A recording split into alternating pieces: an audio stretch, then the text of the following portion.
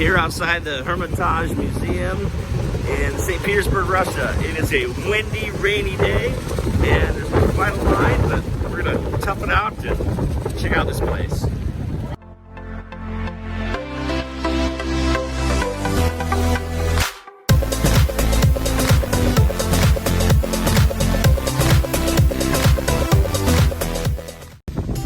Okay, I'm still out here in line for the Hermitage, and the Russia wind has already laid waste to my umbrella that I borrowed from the hotel. So, welcome to St. Petersburg, right?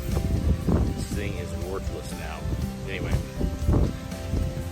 hopefully I can spend most of the day inside. Fortunately for me, I did get inside. Just remember, the lines for this place could be pretty long. And once you get inside, if it's a cold, rainy day, you may need to wait in line at the cloakroom as well.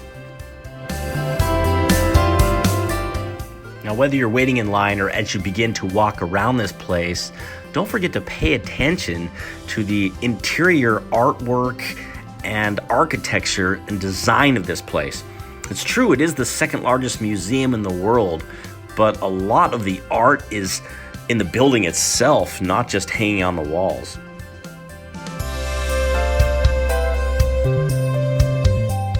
There are literally dozens of rooms just like this, with hundreds of paintings, large and small, some from famous artists, some from people you've never heard of before.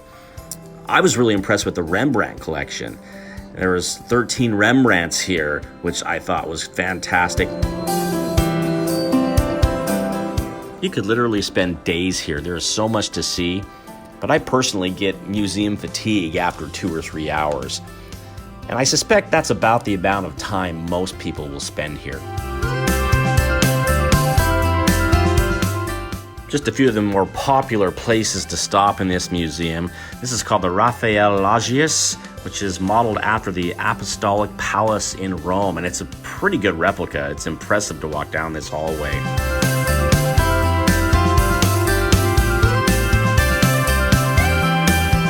Michelangelo has a famous sculpture here called Crouching Boy, which usually attracts a pretty good crowd.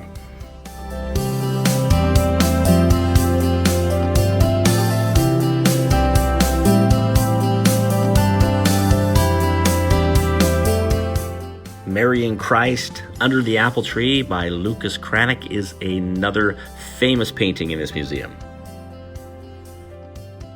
There's really just a lot of different artwork sculptures. Some of them were looted by the Red Army in the aftermath of World War II, so this place has a lot of unique history.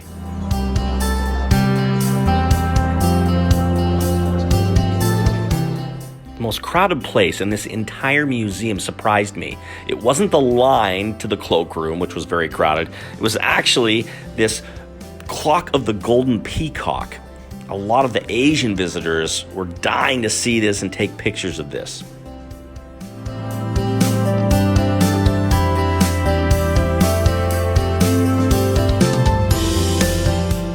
As you're walking through this place, don't forget to look out the window occasionally. You can capture some great pictures and some views of, in this case, the Palace Square, which is right down below.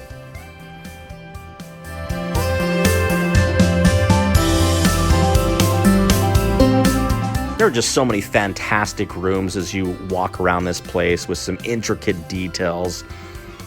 Really, that's what sets this museum apart. If I were ranking this among some of the other great museums of the world that I've been to, I don't think it's one of my top 5 favorite, and it's not like the Louvre or the Art Institute of Chicago or the Metropolitan Museum of Art. Really, if I had to compare it to some place, this is more like the Schönbrunn Palace in Vienna, Austria. The star of the show isn't necessarily the artwork, it's the interior decorations and the ornate details of the interior. And like the palace in Vienna, this place has a lot of history as well. Treaties have been signed in this building.